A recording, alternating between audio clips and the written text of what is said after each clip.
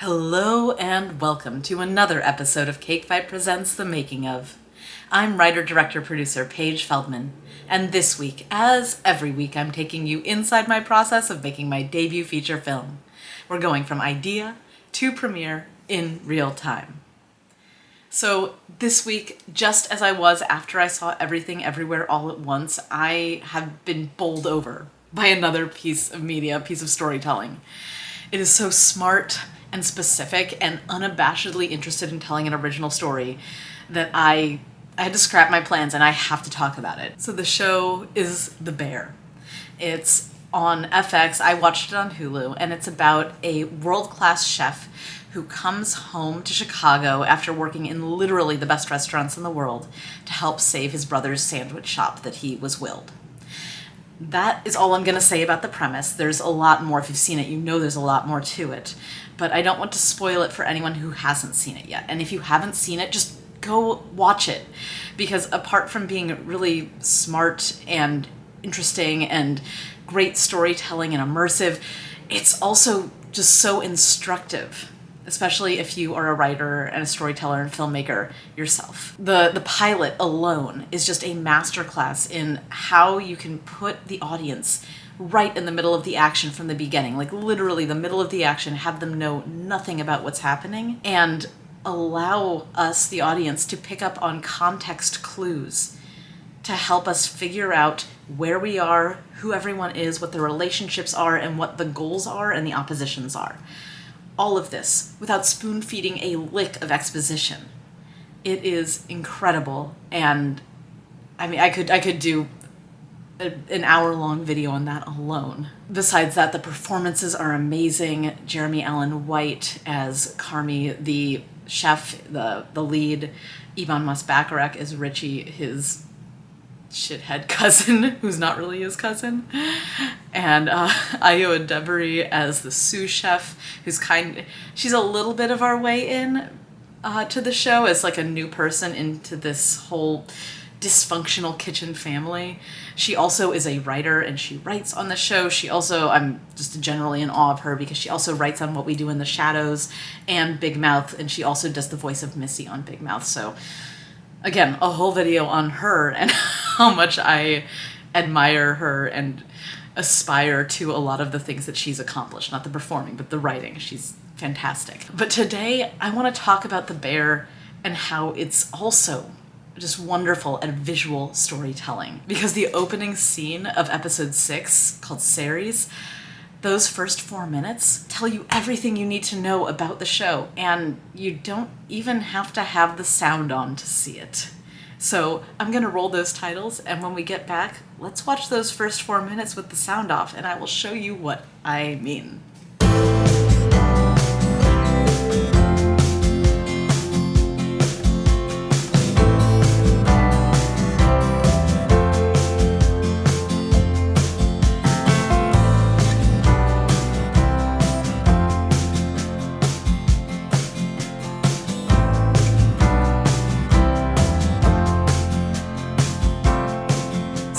Start out by talking about why this scene specifically struck me. As a writer-director, I am always looking for ways to improve my craft, and as I get closer and closer to beginning the pre-production process and the process of going out to investors with this contained romantic comedy, I'm starting to feel more pressure to really hunker down, learn, and figure out ways to improve because, and maybe I'm putting too much pressure on myself, but I feel a lot of pressure to make this first feature the best that it can possibly be, put my best foot forward. And one of my favorite ways to learn and evolve is to watch movies and TV that make me feel like a complete amateur and a hack, because that means that I can learn something from them. And The Bear, I mean, it makes me feel that way multiple times, and I love that feeling because I know that watching it, I've hit on something that I could be doing better that I don't do with my own work yet. And this cold open scene in Ceres fully encapsulates this, because when I think about writing and directing, when I think about directing specifically, my favorite parts of directing are what comes to mind. And all of those have to do with honing and building character relationships. So whether it's working with an actor to get them into the right headspace, making sure that there's a relationship between actors and a comfort level there so the emotional intimacy of a scene can play out as realistically as possible, or whether it's choosing the composition of a shot to illustrate that characters are feeling very close to one another or emotionally distant from each other. The lighting to be romantic or harsh, depending on the mood of the scene. Rhythm of the dialogue, whether it's fast because everyone's connecting together, or slow or stilted because there's something that's not being said, or there's something that people are holding back. The blocking, whether everyone's moving in sync or asynchronously, whether it's, again, stilted or smooth. All of these things that illustrate character relationships, I'm pretty good at. I'm not saying I can't improve, because I can. I'm sure I can, but those are the things that I naturally think of and that I really love focusing on. But a great film should be more than just the sum of the story. It should communicate a theme, a belief about the world, some greater overarching pattern in a character's life that they're looking to break, and visually presenting themes, whether through shot choice, blocking, costume, set design, set decoration, lighting, business that characters perform. That's not a strong suit. It's not something I naturally think of, because I get so enveloped within the story that I forget to step outside a lot of the time and see, oh, I'm telling this story about these people, but really this story is about XYZ concept that's like over here, and how can I present that? I don't think about that naturally. And the bear, this scene, this cold open for Ceres, is just an example of how theme can be a completely visual element that's dynamic and integral to the scene itself. I'm in awe every time I watch this scene back, because I watched it the first time, obviously just watching through the series, and I noticed, oh wow, the business that Carmi's doing here really like matches with all of the things that he's struggling with and has struggled with in the previous 5 episodes. And then when I watched the season finale, there's this monologue that he does towards the beginning, which is long and poignant. But the thing is, that monologue is just echoing stuff that we easily saw in this cold open in Ceres. And like, if you can't tell anymore, we're done being spoiler free. If you want to be spoiler free, leave this video now. It'll be back here when you're done watching The Bear. If you don't care, stay, but I would encourage you to watch The Bear anyway. So if you are watching this with no context as to what The Bear is about, quick overview. So we have The Beef, which is Mikey's sandwich shop. Mikey is Carmi's brother. Mikey committed suicide by shooting himself in the head fairly recently. Carmi is Jeremy Allen White. He is the lead character of the show. He's a renowned chef and is Mikey's younger brother. Richie, the guy who's going to be sitting in the window, is Mikey's best friend, and he's just kind of a shithead jerk. He's a character. And Sugar is Mikey and Carmi's sister, and she'll be in here as well. So, all right, I've said a lot, but I think the best thing to do now is to turn it on, and let's watch it together, and I will show you exactly what I mean. Here we go. FX Presents, we're diving right in. We have someone washing their hands in a clean kitchen sink, clearly not the beef. And another thing to note is that the color is a lot brighter and warmer than it has been in the openings when we're at the beef. So this is Mikey's, the first time we're seeing him. John Bernthal, who I love, plays him. He's doing some salt bay action over some pounded out beef that is on plastic wrap. Sugar's over there by the stove, and Carmi's watching. And this is very clearly a family kitchen. Mikey's in charge. Carmi is just off to the side letting Mikey do his thing. Sugar's interfering, as she usually does. There's some playful banter there, but this is happy. This is a lot less hectic than it has been previously. And now Mikey he's doing everything he needs to do, but it's being pretty messy. Carmi comes over to help, doesn't say anything. And Mikey's right now telling a story. The story doesn't matter, though, in this context. So we see the pine nuts going down, and as Mikey goes to taste the red sauce, which is something that Carmi was never able to crack. The recipe he wasn't able to crack until obviously at the very end of the season. Now Carmi is here, and Sugar's trying to put raisins in. Mikey's like, nope, no raisins. And Carmi, while all of this is around, is just sitting there finishing up the brioche, which is, as we know from the title of the last episode of the season, a critical, crucial recipe for his whole family.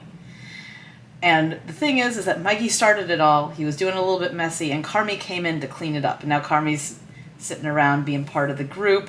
There is still this divide between him and Sugar, as there is in the previous episodes in the present. And right here, Mikey is the center of attention, just as Carmi says he is and was, and the connector between people, as he says he was in the Al-Anon monologue he gives at the beginning of episode 8. Richie is chilling off to the side, and he's calm. He's happy. He's fueled. He's not this like anxious mess that he is in the present in other episodes. Everyone's smiling. The focus is on Mikey and Richie and Sugar, and Carmi's off screen. He's not part of this group, which is kind of how he feels. Now he's there in the foreground, and he is finishing the brioche. He is fixing beautifully, look at this, everything that Mikey has started, which is exactly what he's doing with the beef. He is taking this thing that his brother set up that's just a complete mess, and he's making it something beautiful and worthwhile and making something delicious out of it. And despite all that, despite his hard work, you still have Mikey behind him, being larger than life, being the connector between the people, being the center of attention in this room, even though Carmi's the one doing all the work. And Carmi's the one that is finishing what his brother has started. And now we're back in the present. The lighting is dimmer. We have Richie, who looks strained. And if you've seen this scene, you know that Richie is finishing the story that Mikey was starting. And there's something cold and quiet about this scene. There's no more of this camera that's moving around, cutting, people flitting in and out, in focus, out of focus, doesn't matter. It's very standard, over-the-shoulder shots, one-shots. A waiter came in a minute ago and put his arm down, and the waiter's arm was in focus. This is very staid, steady.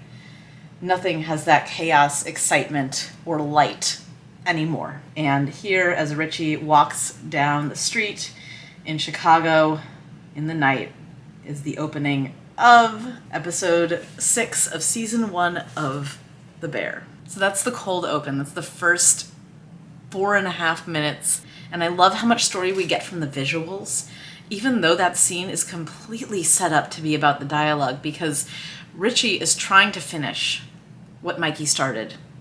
The story that Mikey started, he's trying to finish it at his date, and it doesn't work. Whereas Carmi's slowly and quietly finishing the brioche, making it perfect, the thing that Mikey started messily. Carmi's making it great and perfect on his own. Richie can't do that, and there's just so much inherent conflict between Richie and Carmi because of their relationship with Mikey and how their lives have changed after Mikey's passing. So brilliant. The other thing about that date part is that the date says, wow, you guys were at a bar at 6:45 in the morning, because the story is about how Mikey and Richie went to a bar at 6:45 in the morning, and Bill Murray does Richie's voicemail. And the date's like, wait, y'all were at a bar at 6:45 in the morning? And then in the season finale of this season, Carmi goes to an Al-Anon meeting and says, I should have known he was an addict. How couldn't I have known? I'm a bad brother. He shut me out.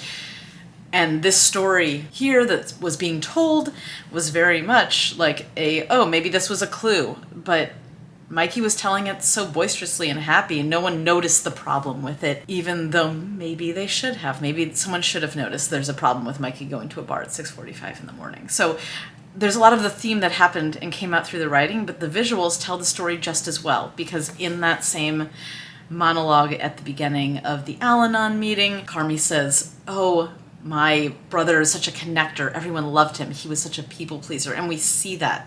We see Mikey being the center of attention.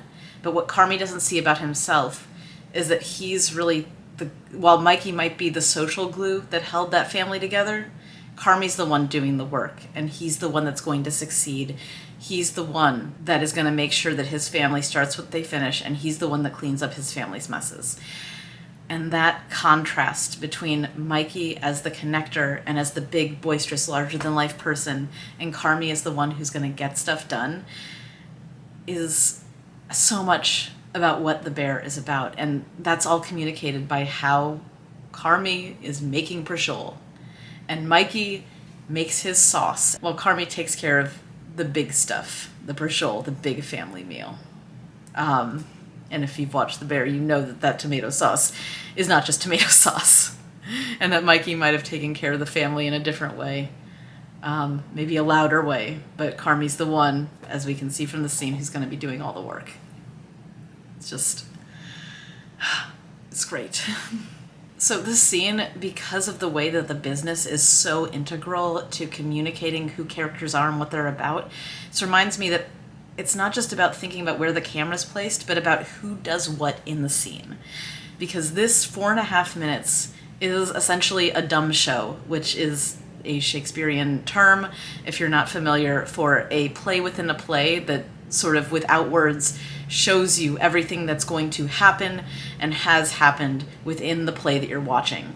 A prime example of one is in Hamlet, so I would recommend you check that out if you want to learn more about a dumb show. But this here is a dumb show of the bear, of the character relationships, and of the struggles, and ultimately who these characters are, both with and without Mikey. I'm going to continue to study the bear and other things as I strengthen my visual storytelling chops, because the bear, the thing I love about it is that it does all of these amazing visual things within a frenetic and super dialogue heavy script, which is not something I'm used to being able to find, because I love writing a lot of dialogue. I love having frenetic scenes where everyone's talking over each other. From what I've seen, it seems like dialogue and visuals are at oppositions in terms of what you can focus on and what you can put your energy towards. And the bear proves that that's wrong. You just have to be really intentional about everything, and everything has to be really choreographed. So I'm going to be studying the bear a lot more as I strengthen my visual storytelling chops. So I'm curious, do you love the bear? Do you hate it? Are you learning anything from it?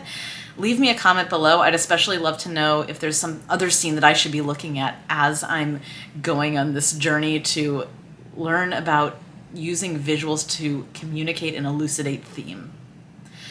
Anyway, y'all, that's all I have for you today on this episode of Cake Fight Presents The Making of. Thank you so much for watching, and I will see you next week for more. Although I'm getting married on Saturday, so I don't know what the more is going to be.